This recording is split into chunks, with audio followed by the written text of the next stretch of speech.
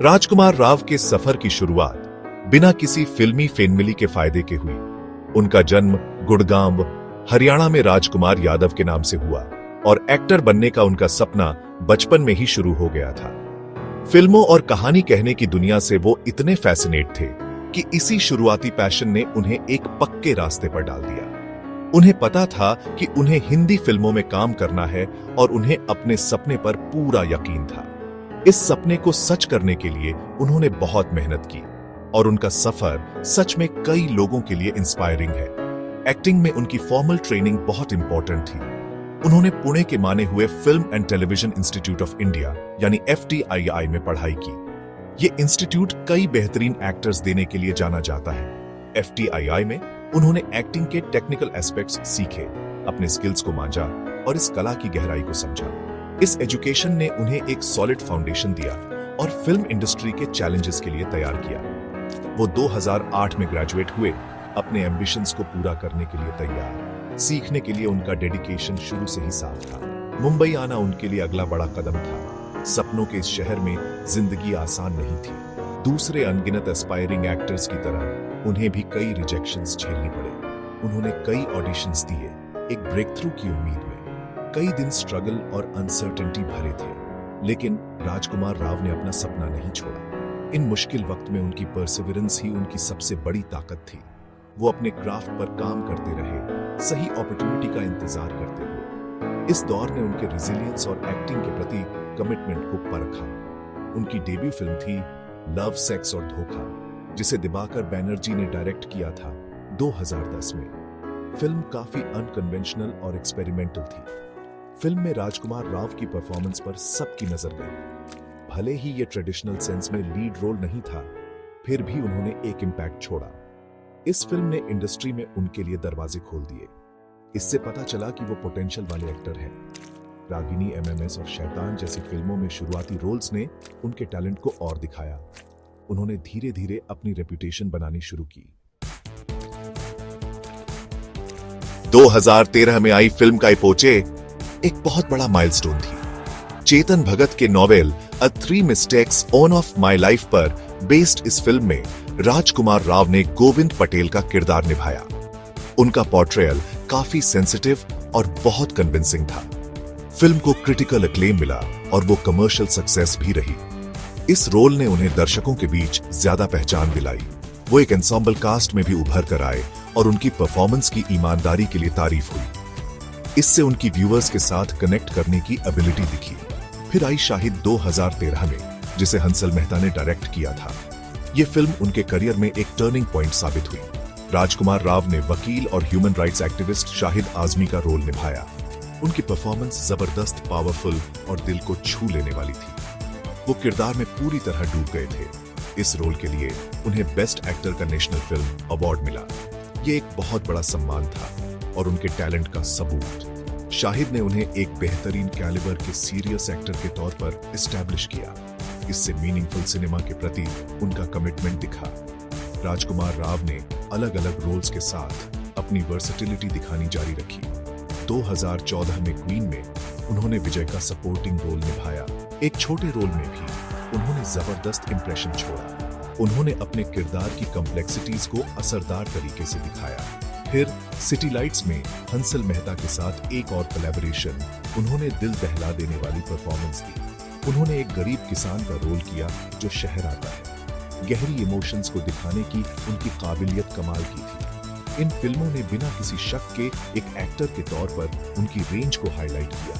उन्होंने 2015 में अलीगढ़ जैसी फिल्मों में चैलेंजिंग रोल्स भी किए, जहां उन्होंने इस सेंसिटिव फिल्म में एक जर्नलिस्ट का किरदार निभाया। 2016 में ट्रैप्ड में उन्होंने एक शानदार सोलो परफॉर्मेंस दी, एक खाली अपार्टमेंट में फंसे आदमी का रोल करते हुए। इस रोल के लिए उन्होंने फिजिकल ट्रांसफॉर्मेशन भी किया। 2017 में बरेली की बर्फी ने कॉमेडी में उनका हुनर दिखाया। प्रीतम विद्रोही का किरदार बेहतरीन कॉमिक टाइमिंग के साथ निभाते हुए। हर रोल अलग था, जो उनके डेडिकेशन को दिखाता था। इन फिल्मों ने एक वर्सेटाइल और डिपेंडेबल एक्टर के तौर पर उनकी जगह पक्की कर दी। राजकुमार राव अपने किरदारों के प्रति गहरे कमिटमेंट के लिए जाने जाते हैं। वो अक्सर अपने रोल्स के लिए मेथड एक्टिंग टेक्निक्स का इस्तेमाल करते हैं। वो मानते हैं कि स्क्रीन पर दिखाए जाने वाले किरदार में ढल जाना चाहिए। इसका मतलब है कि ऑथेंटिसिटी के लिए वो कभी-कभी किसी भी हद तक चले जाते हैं। मिसाल के तौर पर फिल्म ट्रैप्ड के लिए वो बहुत लिमिटेड डाइट पर रहे। बोस डेड अलाइव के लिए उन्होंने वजन बढ़ाया और अपना सिर मुंडवाया। अपने काम के प्रति ये डेडिकेशन वाकई तारीफ के काबिल है। ये उनकी परफॉर्मेंसेस को जबरदस्त, बिलीवेबल और बहुत रियल बनाता है। उनकी सबसे बड़ी ताकतों में से एक है आम लोगों को पर्दे पर उतारने की उनकी काबिलियत। वो आम किरदारों को स्पेशल और रिलेटेबल महसूस कराते हैं। वो अपने रोल्स में एक रेयर ऑथेंटिसिटी लाते हैं। चाहे वो छोटे शहर का लड़का हो या कोई स्ट्रगलिंग आम आदमी, वो उनके एसेंस को पकड़ लेते हैं। उनके किरदार ऐसे लगते हैं जैसे हम उन्हें असल जिंदगी में जानते हैं। ऑडियंस के साथ ये कनेक्शन उनकी परफॉर्मेंसेस को बहुत इंपैक्टफुल बनाता है। वो स्क्रीन पर लार्जर देन लाइफ पर्सोना से बचते हैं। इसके बजाय वो किरदार की सच्चाई पर फोकस करते हैं। ये उन्हें एक यूनिक प्रेजेंस बनाता है। उनकी परफॉर्मेंसेस हमेशा न्यूआंस्ड और लेयर्ड होती है। वो कॉम्प्लेक्स इमोशंस को दिखाने के लिए सटल एक्सप्रेशंस का इस्तेमाल करते हैं। उनकी बॉडी लैंग्वेज हमेशा उनके किरदार के साथ सिंक में होती है। उनकी डायलॉग डिलीवरी नेचुरल और असरदार होती है। वो लाउड या थिएट्रिकल एक्टिंग पर डिपेंड नहीं करते। इसके बजाय वो उन छोटी डिटेल्स पर फोकस करते हैं जो एक किरदार में जान डाल देती है। ये सबटलिटी उनके एक्टिंग स्टाइल की पहचान है।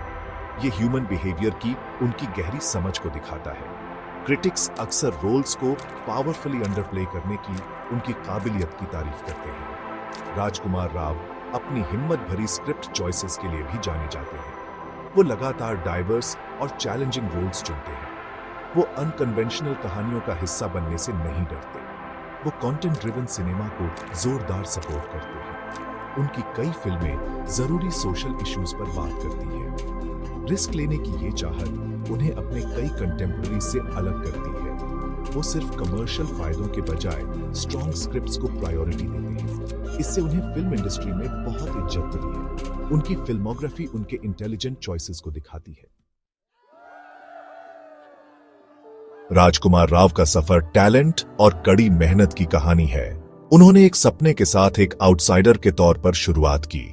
अब वो इंडिया के सबसे माने हुए एक्टर्स में से एक बन गए हैं। उन्होंने अपनी शानदार परफॉर्मेंसेस के लिए कई अवार्ड्स जीते हैं, जिसमें प्रतिष्ठित नेशनल फिल्म अवार्ड भी शामिल है।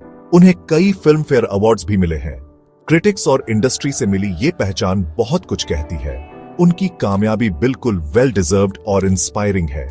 उन्होंने साबित कर दिया है कि टैलेंट वाकई जीत सकता है। आज राजकुमार राव इंडियन सिनेमा में एक खास जगह रखते हैं। फिल्म मेकर्स उनके डेडिकेशन के लिए उनकी इज्जत करते हैं। दर्शक उन्हें उनके रिलेटेबल और पावरफुल किरदारों के लिए पसंद करते हैं। उन्होंने आर्ट हाउस और मेन स्ट्रीम सिनेमा के बीच के फासले को कामयाबी से पाटा है। वो अपने कंधों पर एक फिल्म चला सकते हैं। वो क्वालिटी कंटेंट के लिए जाने जाने वाले एक बैंकेबल स्टार हैं। किसी फिल्म में उनकी मौजूदगी अक्सर फिल्म मेकिंग के एक खास स्टैंडर्ड की गारंटी देती है। वो हर नए प्रोजेक्ट के साथ इंप्रेस करते जा रहे हैं। उनका इन्फ्लुएंस सिर्फ उनकी परफॉर्मेंसेस तक ही सीमित नहीं है। वो एस्पायरिंग एक्टर्स के लिए एक रोल मॉडल बन गए हैं। उन्होंने दिखाया है कि कामयाब होने के लिए कनेक्शंस की जरूरत नहीं है। टैलेंट, कड़ी मेहनत और सही चॉइसेस सबसे ज्यादा मायने रखते हैं। उन्होंने बॉलीवुड में एक बदलाव लाने में भी योगदान दिया है। रियलिस्टिक कहानियों और स्किल्ड एक्टर्स के लिए तारीफ बढ़ रही है। वो इस पॉजिटिव बदलाव में सबसे आगे हैं। वो ऐसी फिल्मों को सपोर्ट करते हैं जिनके पास कुछ मीनिंगफुल कहने को हो। कंटेम्पररी सिनेमा पर उनका इम्पैक्ट अनडिनायबल है। राजकुमार राव का भविष्य बेहद उज्जवल दिखता है। वो इंटरेस्टिंग और डाइवर्स प्रोजेक्ट्स चुनते जा रहे हैं। उनकी आने वाली फिल्मों का बेसब्री से इंतजार है। हो सकता है कि वो भविष्य में इंटरनेशनल सिनेमा में भी हाथ आजमाएं। उनके टैलेंट में यकीनन ग्लोबल अपील है। वो प्रोड्यूसिंग या डायरेक्टिंग में भी कदम रख सकते हैं। वो जो भी चुनेंगे उसमें वो जरूर कामयाब होंगे। एक्सेलेंस के प्रति उनका कमिटमेंट उनकी स्थायी लेगेसी सुनिश्चित करेगी। राजकुमार राव एक ऐसे एक्टर हैं जो आने वाले कई सालों तक इंडियन सिनेमा को शेप देते रहेंगे। उनकी कहानी अभी खत्म नहीं हुई है।